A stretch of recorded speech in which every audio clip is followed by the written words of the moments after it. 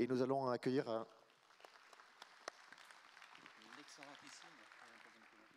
Nous allons donc accueillir Nicolas Couessurel, infirmier en chef du département du Rhône, qui va donc nous faire une intervention sur le consentement aux soins infirmiers. Alors, je crois que Nicolas a choisi le micro portable. C'est le consentement des mineurs, en fait. Des mineurs, oui, pardon. Le consentement des infirmiers, c'est autre chose. Pour ceux qui me connaissent, je ne suis pas du tout un fan des diaporamas. Donc, comme je vais autant regarder le diaporama que vous, puisqu'il a été fait la nuit dernière, je vais plutôt me baser sur les questions que vous me poserez derrière. Et puis, on va voir au fur et à mesure ce que j'ai écrit dans le diaporama. Si, c'est moi qui l'ai écrit, mais je l'ai fait la nuit dernière. Alors, pourquoi le consentement des mineurs? Parce qu'aujourd'hui, en ce qu'on appelle le précontentieux. Alors, le précontentieux, ça veut dire qu'on n'est pas encore au tribunal correctionnel ou toute forme de tribunal ou devant un juge d'instruction, mais qu'on a quand même du précontentieux dans les services de santé. J'ai l'occasion de recevoir des mails de toute la France, et notamment j'en ai 5 en ce moment de précontentieux, et il y en a 4 qui sont en pédiatrie. Alors pourquoi la pédiatrie? Parce que déjà, il y a une sensibilité particulière sur la pédiatrie, ne serait-ce qu'en tant qu'intervenant, en termes de charge émotionnelle. Une mort subite du nourrisson ou une défenestration d'un enfant de 2 ans, ça n'a pas le même impact émotionnel qu'un arrêt cardiaque chez une personne de 80 ans, c'est un fait aujourd'hui. Et la sensibilité derrière sur les plaintes s'en ressent de façon significative. Et la deuxième chose, c'est que sur le contentieux médical à proprement parler, on peut, sans trop s'avancer, si on regarde les chiffres de la MACSF ou du sous-médical, le contentieux est à peu près de 70 à 80% en droit médical sur des problématiques d'information et des problématiques de consentement. Donc on mélange tout, on prend la sensibilité des mineurs, on prend la problématique du consentement, et on a aujourd'hui le plus gros risque juridique qui va impacter les médecins ou les infirmiers actuellement dans les prises en charge. En France, l'âge légal de la majorité est fixé à 18 ans. Je précise parce que ce n'est pas le cas de tous les pays, puisque même par exemple les États-Unis, ça change d'un État à un autre. C'est dans le Code civil qui date de Napoléon. Ça veut dire quoi? Ça veut dire qu'il ne faut pas confondre les problématiques de prise en charge en pédiatrie avec l'âge de 15 ans que vous connaissez. Quand on revient à la problématique juridique, il y a avant 18 ans et après 18 ans. Un majeur, c'est 18 ans.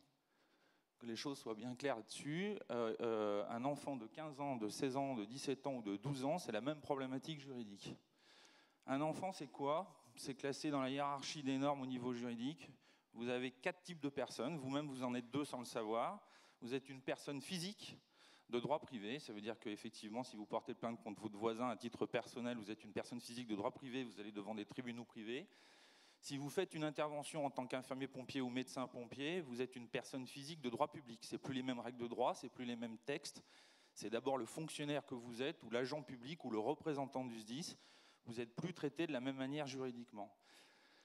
Vous avez à l'extrême inverse, par exemple, quand on prend en charge pour les vétérinaires le chien. Alors le chien ou le chat, par exemple, est un meuble. Il est traité juridiquement de la même manière qu'une armoire dans une salle de bain, dans le Code civil, et c'est les mêmes problématiques de responsabilité. Alors l'enfant, lui, il est où? Eh bien, il est plus près du chat que de l'adulte, puisqu'il est considéré comme une personne physique de droit privé, mais qui n'a pas d'autonomie juridique. Si on s'en arrête à ce stade du raisonnement, la problématique, c'est que l'enfant n'a aucun droit civil, il ne vote pas, il n'a pas la nécessité et le besoin d'exprimer un consentement, ce qui veut dire qu'on pourrait résumer le raisonnement à dire l'enfant n'ayant pas de personnalité juridique, qu'il soit d'accord, qu'il ne soit pas d'accord, qu'on l'informe ou qu'on ne l'informe pas, on intervient et on le transporte. Ça serait simple, ça n'est pas le cas. Alors déjà, dans les exceptions, elles sont multiples, mais celle qui nous intéresse, c'est qu'il faut se méfier de cas particuliers qui se développent, qui sont les émancipations. Les émancipations, ça se développe beaucoup. C'est des enfants qui ont obligatoirement moins 16 ans, qui ont saisi un juge des tutelles et qui, à ce moment-là, ont l'autonomie juridique. On va essayer de laisser l'hospitalier de côté où on doit s'en assurer. Il faut quand même se méfier d'un enfant qui vous dit qu'il a une émancipation, parce qu'à ce moment-là, il se comporte en adulte. Et on verra, il a des droits au même titre que les adultes. Les décisions, par défaut de l'enfant, sont prises par l'autorité parentale. Alors l'autorité parentale, c'est la notion que vous en avez, c'est les parents. On va y revenir. Le tuteur légal, donc le tuteur légal, par définition, c'est un juge qui estime qu'il y a un tuteur légal. Ça veut dire que ça semble difficile de demander un compte-rendu de tribunal sur une intervention, mais il faut que le tuteur légal démontre qu'il a ce titre sur la base d'une décision de justice. Ou le procureur, dans le cadre des mesures d'assistance éducative, on va le revoir plus tard, c'est encore un cas particulier. Le Code civil précise, et c'est très important parce que ça nous pose des problèmes opérationnels, la recomposition familiale, comme on a coutume de le dire, c'est qu'on peut se retrouver sur intervention, notamment les week-ends, avec un parent qui a la garde de l'enfant. Le Code civil est très clair, toute action est réputée partagée par les deux parents. Ce qui veut dire quoi concrètement? Ça veut dire que quand vous arrivez appelé par le père ou par la mère, même s'il y a une garde alternée, même s'il y a un divorce, une séparation, même si c'est quel que soit le mode de garde, il n'y a aucune nécessité de rechercher l'avis des deux parents. En tout cas, certainement pas en préhospitalier. Si vous avez clairement un parent qui est identifié, vous considérez, et au sens du Code civil c'est comme tel, qu'il s'exprime au nom de l'ensemble de l'autorité parentale. Le tuteur légal est considéré de la même manière comme un parent. L'éducation nationale, c'est souvent une question qu'on me pose. D'ailleurs, l'éducation nationale elle-même nous pose la question. N'a aucune autorité qui ressemblerait à l'autorité parentale ou au tuteur légal. Ils subissent complètement la situation. Quand vous intervenez dans un établissement scolaire pour un accident de sport, ils ne peuvent pas refuser ou vous demander de transporter. Ils n'ont aucune autorité à ce titre-là. Le consentement aux soins, il est pris en étau, dans deux problématiques que je vous ai exposées en préambule.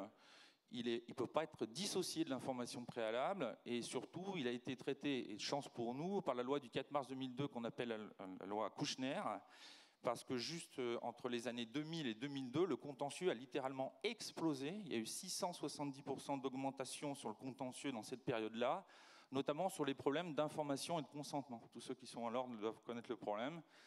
La loi Kouchner est venue un petit peu sonner la fin de la récré et fixer des nouvelles règles qui ont simplifié et complexifié. C'est le bonheur de la loi et on va voir en quoi. Alors je précise que quand les textes précisent le médecin, ça pose aucun problème juridique pour les appliquer aux infirmiers. Il faut quand même se rappeler que le code de déontologie médicale a été transposé quasiment en tant que tel pour les infirmiers dans le R4312 du code de santé publique et que ça s'applique de la même manière. On peut le lire pour le médecin et intrinsèquement pour l'infirmier. C'est important de le rappeler, le médecin doit respecter les volontés de la personne après avoir informé des conséquences de ses choix. Donc vous voyez bien que quand on respecte la volonté, c'est bien le consentement, mais on doit l'avoir informé, c'est indissociable. Il faut vraiment que vous mettiez dans l'idée que ce n'est pas simplement qu'il soit d'accord, mais c'est qu'il ait été informé. Si vous l'informez mal et qu'il est d'accord pour l'action, il pourra porter plainte contre vous en disant « on m'a mal expliqué, j'ai pris une mauvaise décision ».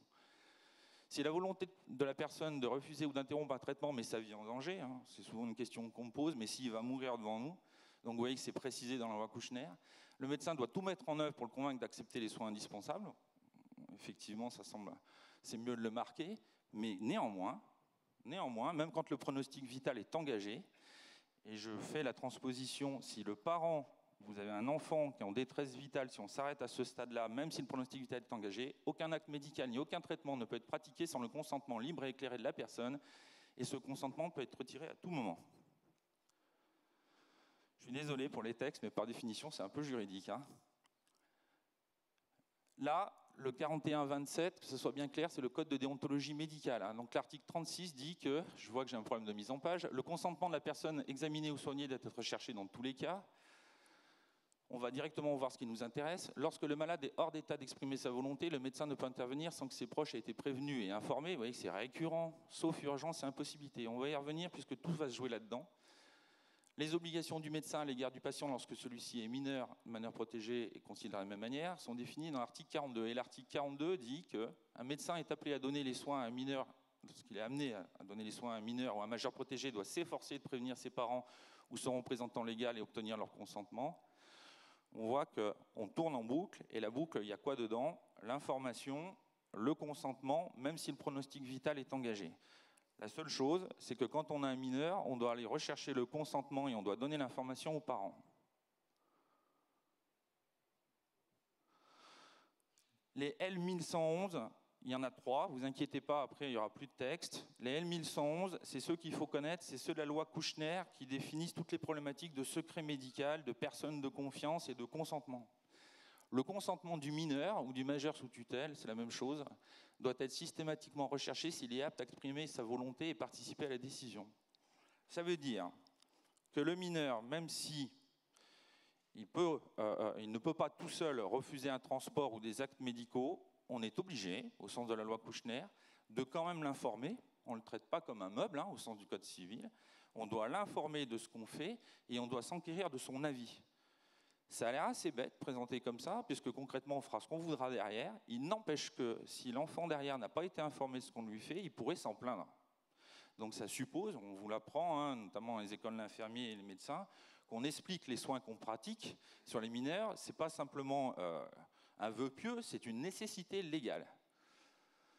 Dans le cas où le refus du traitement par la personne titulaire de l'autorité parentale ou le tuteur risque d'entraîner des conséquences graves pour la santé du mineur ou du majeur sous tutelle, le médecin délivre les soins indispensables. C'est tout le bonheur de la contradiction entre le code de déontologie médicale et la loi Kouchner, c'est que grosso modo, avant 2002, vous avez tous entendu parler de l'affaire des témoins de Jéhovah en milieu hospitalier, etc., les refus de transfusion. Pour régler ce problème-là, la loi Kouchner, avant, ce qui se passait, c'est que le médecin, quand il y avait le pronostic vital engagé de l'enfant, saisissait le parquet et le procureur suspendait l'autorité parentale. C'est-à-dire qu'à ce moment-là, le procureur se substituait à l'avis des parents et à ce moment-là, la transfusion était faite. Pour régler le problème, la loi Kouchner a dit que quand, grosso modo, le médecin et par nature l'infirmier face à son protocole considère que le geste est indispensable, même en cas de consentement négatif de l'autorité parentale, il pratique les actes. Ça veut dire quoi concrètement? Ça veut dire qu'il faut quand même être sûr de votre coup. C'est-à-dire que vous faites les actes. Si derrière les parents portent plainte, et j'attire votre attention sur le fait qu'ils portent plainte, il y a vraiment une explosion du contentieux sur les mineurs. Il faudra démontrer que vous êtes dans les dispositions de l'article L1100-4 et que vous avez considéré que le geste était absolument nécessaire. On ne va pas les lister, mais enfin, quand on est dans l'arrêt cardio-respiratoire, la question ne se pose pas. Sur la problématique de l'antalgie, il faut vraiment se poser les bonnes questions. Le caractère nécessaire et vital, voire indispensable de la morphine, sera sujette à discussion. Le L1111-2, on va directement voir ce qui nous intéresse. Les intéressés, alors les intéressés en l'occurrence c'est les enfants, ont le droit de recevoir eux-mêmes une information. Vous voyez qu'on tourne en boucle, c'est très très lourd comme notion juridique, et de participer à la prise en charge de la décision les concernant, de manière adaptée soit à leur degré de maturité s'agissant des mineurs, soit à leur faculté de discernement s'agissant des majeurs. Je refais une synthèse à chaque fois. En termes de droit de la santé, il n'y a quasiment rien de plus complexe que la notion de consentement. J'essaie de vous le vulgariser. L'enfant ne peut pas prendre de décision, c'est un fait. Si ses parents sont là, ils prennent la décision à la place de l'enfant.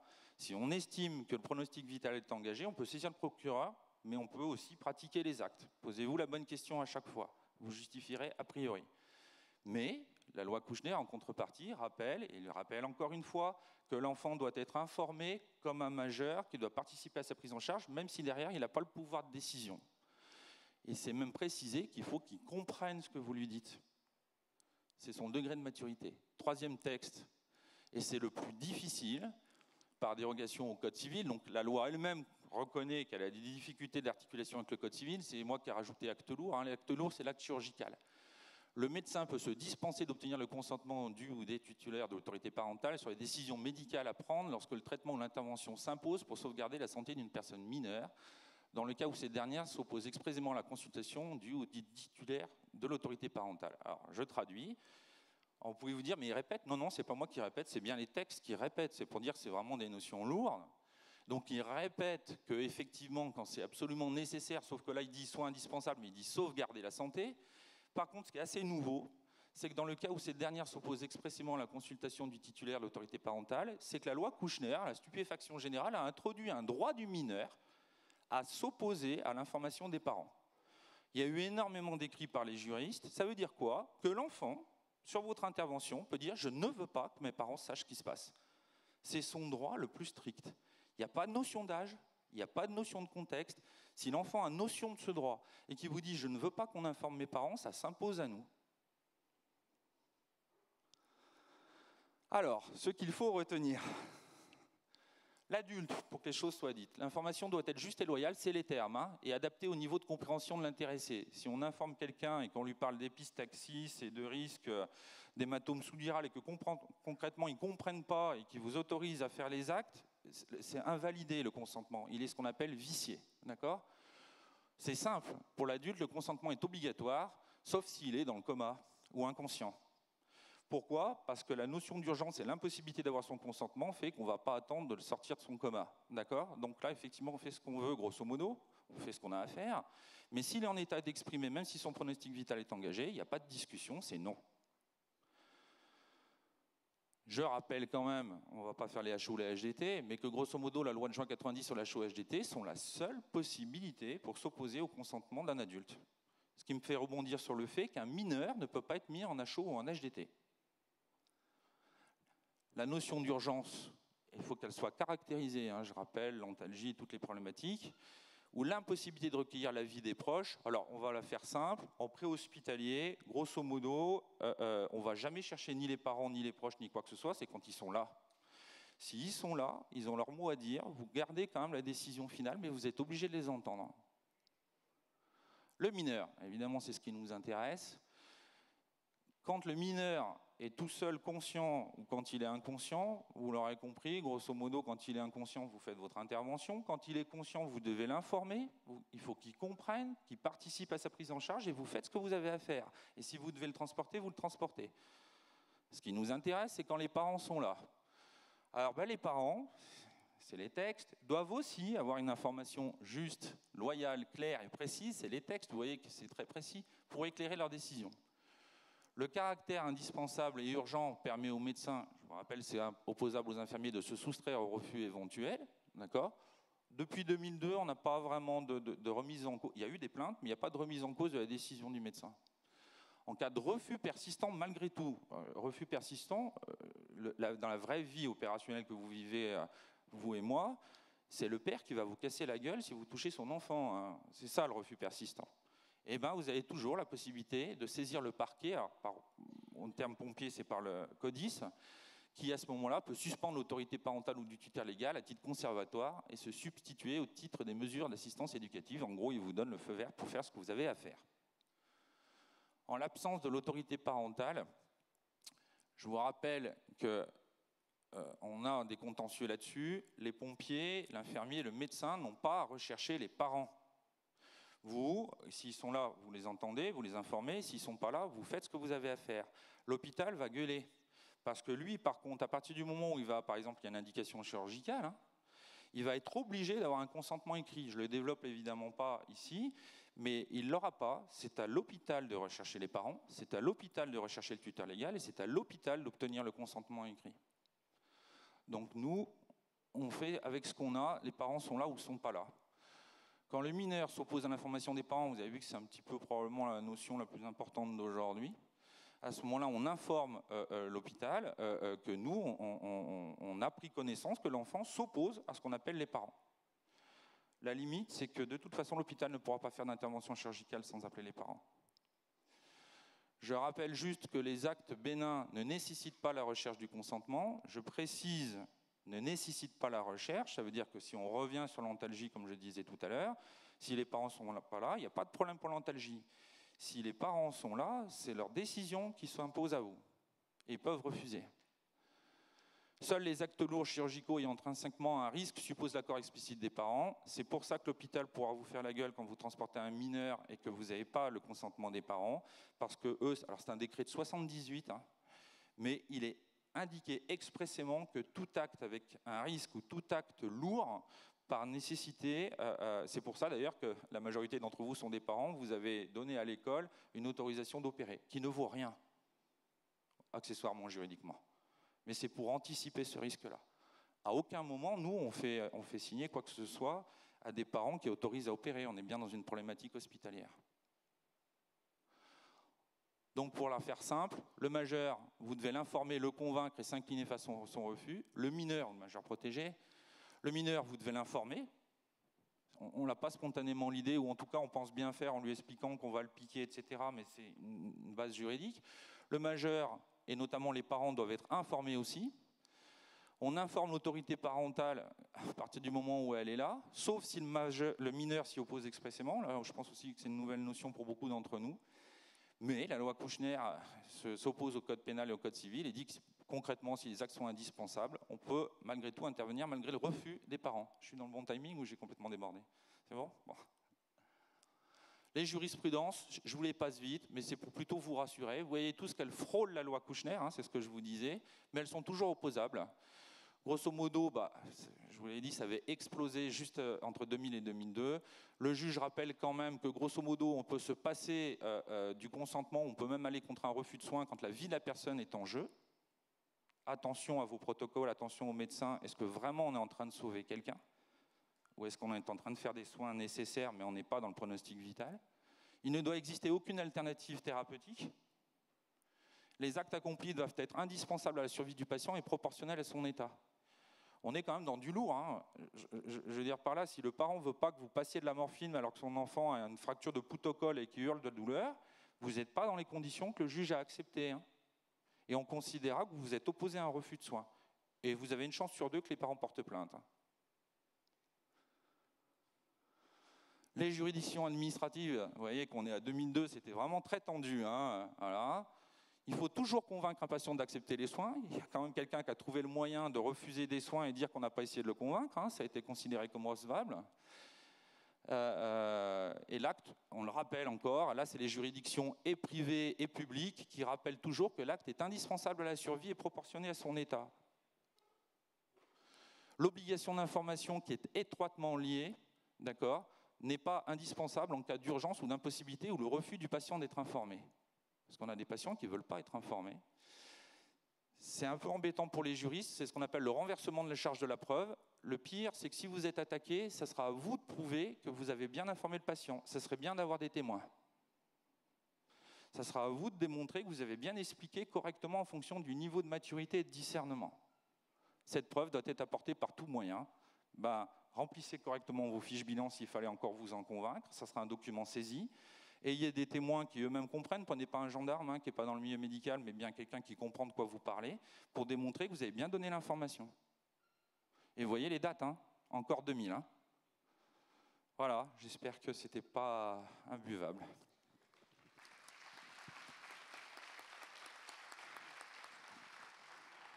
Merci Nicolas. Non, absolument pas imbuvable. Non, au contraire, c'était très informatif parce qu'on découvre des choses. Juste une petite question, là, tu parlais des gardes alternés, mais en ce qui concerne les familles recomposées, souvent on a des personnes qui se présentent en disant « je suis le père de l'enfant », mais en réalité il est le nouveau conjoint, entre guillemets. Que dit la loi par rapport à cette personne ? Alors, c'est considéré comme le code civil par des proches. Les proches ne peuvent effectivement exprimer leur avis que sur les majeurs. C'est-à-dire le beau-père ou la belle-mère n'a aucune autorité directe ou indirecte sur les prises de décision pour un mineur où il n'y a pas de filiation. D'accord ? Donc le beau-père peut s'exprimer si l'enfant a 18 ans, par exemple, ou 19 ans. Parce que le Code civil le reconnaît comme proche. Je ne vous l'ai pas lu, mais vous l'avez vu passer, concubin, ami notoire. Dès lors qu'il est admis que la personne est proche, elle peut donner son avis pour un majeur. Donc il faut que l'enfant soit majeur. Des questions dans la salle ?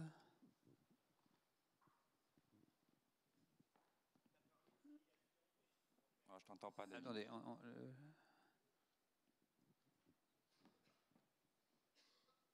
J'ai entendu une histoire de grand-père, c'est ça ?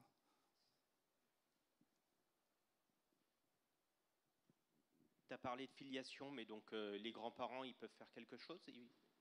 Alors pour ceux qui ont des familles recomposées, vous devriez savoir que la problématique de la filiation, elle n'est pas du tout directe avec les grands-parents.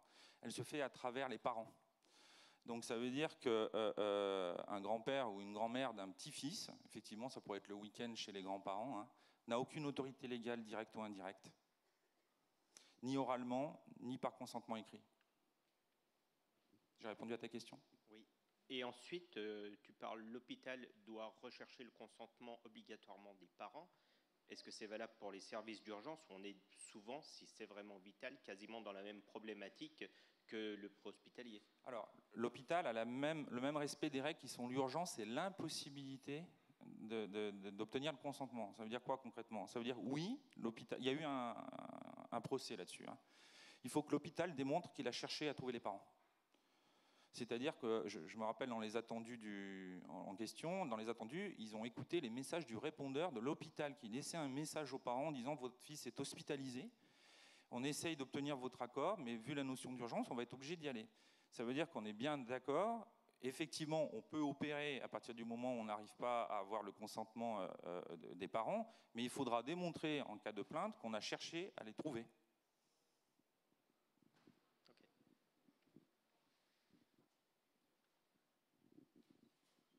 Oui, bonjour. Je voulais savoir, qu'en était-il du consentement verbal par téléphone? Alors, il est souvent par verbal, hein, par téléphone, le consentement. Alors, ça s'appelle un consentement oral. Hein, il est valable dès lors que l'acte n'est pas considéré comme lourd. C'est l'article 372.2 du Code civil qui ne dit pas du tout ce que c'est qu'un acte lourd. C'est le juge qui a estimé qu'un acte lourd, c'est un acte qui présente un risque pour l'enfant. C'est-à-dire que quand une réduction, par exemple, est considérée comme un risque. Dès qu'il y a une notion de risque qui apparaît dans l'intervention que vous faites, c'est considéré comme un acte lourd et à ce moment-là, le consentement doit être écrit. C'est un décret de 78, d'accord ? Le consentement oral se fait sur des actes bénins. Concrètement, pour faire simple, vous êtes sur une intervention, le parent est là, vous lui dites, écoutez, il a très mal, il a une fracture de ptocolle, je vais lui pousser de la morphine. Il vous dit oui oralement, le consentement est considéré comme acquis.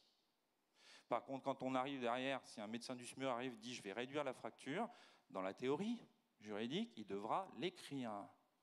Ça sera signé, puisqu'il y a un risque intrinsèque. Alors vous allez me dire, il y a aussi un risque avec la morphine. La jurisprudence, visiblement, les médecins experts ont considéré que le risque n'était pas significatif. Ça fait réfléchir d'ailleurs. Donc nous, on n'a pas de consentement écrit à notre niveau. Hein. Vous aurez bien compris que ceux qui ont des problèmes, c'est plus l'hôpital. Hein. Bonjour Nicolas. On voit se développer à l'heure actuelle l'abord veineux, enfin l'intra-osseuse, le ZIO. Est-ce que tu considères ça comme un acte lourd? Est-ce qu'il faut l'autorisation des parents ou non? Vous n'allez pas me faire l'intubation après par les infirmiers parce que comment répondre à cette question délicate? Moi, je ne considère rien. Moi, c'est le juge. Hein, on est bien d'accord.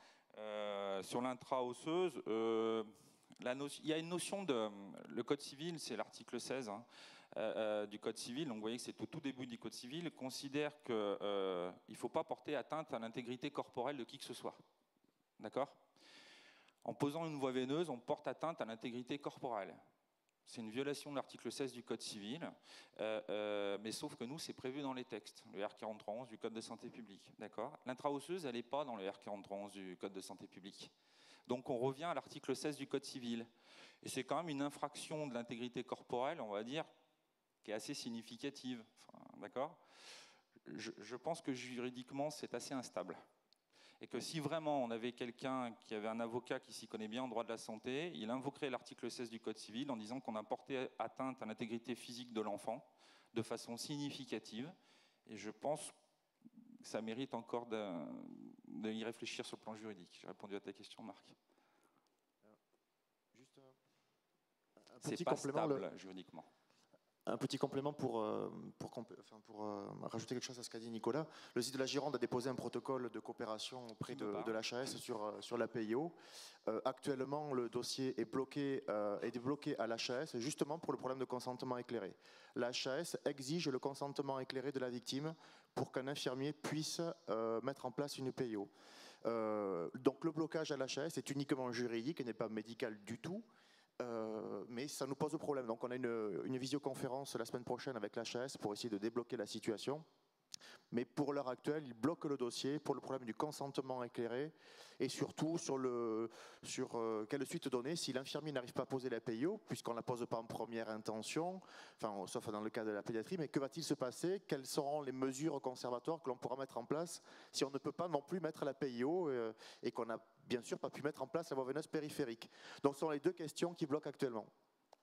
Il y aura une issue positive. Je pense qu'aujourd'hui, il est urgent d'être prudent sur la problématique, notamment de l'intra-osseuse. Autant, par exemple, les alternatives à l'intubation, il y a un magnifique vide juridique, donc on va s'engouffrer dedans. Hein. Autant l'intra-osseuse, il y a quand même beaucoup d'arguments juridiques pour dire que c'est instable. Pour la problématique du consentement éclairé, c'est tellement vrai que pour ceux qui ont souvenir, et je sais qu'il y en a plusieurs dans la salle qui ont souvenir, l'expérience de paramédicalisation du SAMU de Toulon, ça vous parle? Le régulateur impérativement appelait les personnes chez qui ils envoyaient le SMUR paramédical en les informant que c'était un infirmier, et l'infirmier, en arrivant sur les lieux, informait qu'il était infirmier. Donc, C'est pas facile en droit, je le reconnais, c'est difficile de rendre le consentement aux soins ludique. Il y a d'autres sujets que je préfère, mais il faut bien comprendre qu'aujourd'hui, comme vous le dites très bien Jérôme, c'est tout ce qui bloque juridiquement le droit de la santé, c'est ou l'information ou le consentement. Ça tourne en boucle autour de ces deux notions. Voilà, donc il faudrait que l'intra-osseuse, si on allait au bout du système, on fasse comprendre aux patients que ce n'est pas un acte normal, que c'est un acte nécessaire. Ça se fera, je suis très optimiste, mais ça nécessite un travail juridique de fond significatif. Ce qui est peut-être moins le cas avec l'alternative avec l'intubation, par exemple. Oui, juste une petite remarque. Il ne faut pas laisser de côté le bon sens. Surtout pas. Surtout. J'ai perdu tous les problèmes de contentieux en médical ou paramédical viennent parce que c'est vrai que l'absence de consentement aux soins ou l'absence d'information, c'est la seule brèche juridique que les avocats trouvent lorsque tout le reste échoue et lorsque, en gros, il y a eu quand même un aléa thérapeutique ou un dommage causé à la victime. Donc c'est clair que si on pose une intra-osseuse à un gamin pour lui passer de la morphine parce qu'il avait une fracture du poignet et qu'il se tape une ostéomyélite, et qu'en plus personne n'était d'accord qu'on fasse ça, ça ne peut que partir en vrille. Maintenant, si on pose une intra-osseuse à un gamin parce qu'il a 6 de tension, qu'il est en état de choc sur le bord de la route, sans consentement, tout le monde trouvera ça normal et aucun expert qui sera consulté n'ira dire qu'il y a eu un problème à ce niveau-là. Alors c'est tout à fait vrai parce qu'il faut bien comprendre que vous avez vu passer proportionné à son état. À un moment, dans les textes, il faut bien comprendre que par exemple l'alternative à l'intubation, on a la même problématique, mais ce n'est pas exactement le même problème juridique. Quand on met, on va la faire simple, un tube sur quelqu'un qui est mort, par définition, on ne peut pas l'aggraver. Primum non nocere, d'abord ne pas nuire. Là, je ne vois pas comment on peut nuire. Le problème de l'intra-osseuse, il est tout autre, il est purement réglementaire. C'est que le décret des infirmiers est très mal fait. C'est une liste à la Prévert où il y a marqué, pour ceux qui m'ont déjà eu en cours, ils ont l'habitude, j'ai toujours le même argument, en droit français, les médecins ont le droit de tout faire tant qu'il n'y a pas un texte qui dise qu'ils n'ont pas le droit de le faire. C'est aussi simple que ça, les médicaments à usage réservé à l'usage hospitalier, etc. Les infirmiers, c'est exactement le contraire. Ils ont le droit de rien faire tant que le texte ne dit pas qu'ils ont le droit de le faire. C'est ça qui nous coince. Parce que quand derrière, il est clairement indiqué que les seules voies d'abord de l'infirmier, c'est le R4311-6 pour les amateurs éclairés, dit qu'on ne peut poser des voies veineuses périphériques que sur les membres, ce qui exclut les jugulaires, d'accord ? Et ben, comment on va expliquer l'intra-osseuse ? Donc ça veut dire que l'avocat, il a bon rôle, puisqu'il va dire, écoutez, moi, le médecin expert, bien sûr, va dire que c'est très bien de poser une intra-osseuse. J'en doute pas, ce n'est pas le médecin expert qui m'inquiète, c'est l'avocat. Parce qu'en droit, ça s'appelle une mesure d'ordre public. Ça veut dire que si l'avocat dit qu'il y a une violation caractérisée de l'article R4311-6, l'intra-osseuse n'apparaît pas du tout dans les gestes réglementairement admis pour l'infirmier, le juge, même s'il a un avis d'expert qui dit super, et c'est déjà arrivé, qui dit heureusement que l'infirmier était là, il a sauvé le gamin, il est néanmoins, ça s'appelle une mesure d'ordre public, c'est-à-dire que le juge est lié, il n'a pas d'autonomie, si, c'est comme ça, c'est très contestable, mais c'est le droit, et il est alors il n'ira pas en prison l'infirmier, il n'aura pas grand-chose d'ailleurs, mais il va quand même prendre derrière, il n'ira pas en prison, ça c'est sûr, vous pouvez y aller, mais derrière, on va lui dire qu'il y a une violation caractérisée de la réglementation qui régit la profession réglementée qu'il est. Donc je la fais simple, qu'est-ce qu'on peut faire, qu'est-ce qu'on ne peut pas faire ? Ce que tu as très bien dit, c'est comme l'alternative à l'intubation, l'intra-osseuse sur l'arrêt cardio-respiratoire de l'enfant, oui. Parce que si, vous avez vu, j'avais fait un super symbole, j'ai perdu, il n'y a plus mon diaporama, tant pis. Je vous rappelle que le symbole de la justice, c'est bien intéressant de voir comment, si vous l'avez, c'est juste pour le petit logo. Mais il a son importance. Bon, ça va arriver. Le fameux rapport bénéfice-risque qui existe en droit, dans la médecine, existe aussi en droit. Vous avez vu que non, on ne l'aura pas alors. Le symbole de la justice, c'est une épée dans la main droite et une balance dans la main gauche. Bon. Ça veut dire qu'il y a un problème d'équilibre. Le risque juridique est trop faible, même s'il existe, même s'il y aura quand même une sanction juridique, par rapport au gain qu'on va espérer sur l'arrêt cardio-respiratoire de l'enfant, pour aller dans ton sens. Par contre, la balance, elle va se déséquilibrer sur, par exemple, l'antalgie en intra-osseuse. On est d'accord ? Donc ça veut dire que si on doit prendre un risque juridique, il faut qu'on le pèse dans, je l'aurais pas, dans la balance à droite par rapport au gain pour la victime. Bon, le logo, c'est simple, je vous le fais. Hein, la justice, c'est une épée dans la main droite, donc effectivement, c'est la fameuse épée de Damoclès. Hein, et dans la main gauche, il ne faut pas oublier que le symbole de la justice est une balance. À nous de mettre des poids dans la balance. Alors l'intra-osseuse, oui, il y a un risque juridique, mais vaut le coup, je pense, sur l'arrêt cardiaque de l'enfant. Sur l'antalgie, je suis beaucoup plus circonspect. Et l'avis du médecin expert, il peut peser des fois pas très lourd dans la balance, surtout quand on est dans ce qu'on appelle les mesures d'ordre public. Et je vous promets que sur ma table de chevet, ayant beaucoup de jurisprudence, je vois vraiment des choses hallucinatoires. Vraiment. Vous savez, le fameux syndrome de la dent pétée sur l'intubation, s'il y avait que ça, c'est pas le plus révoltant que j'ai vu. Hein. D'autres questions ou des compléments ?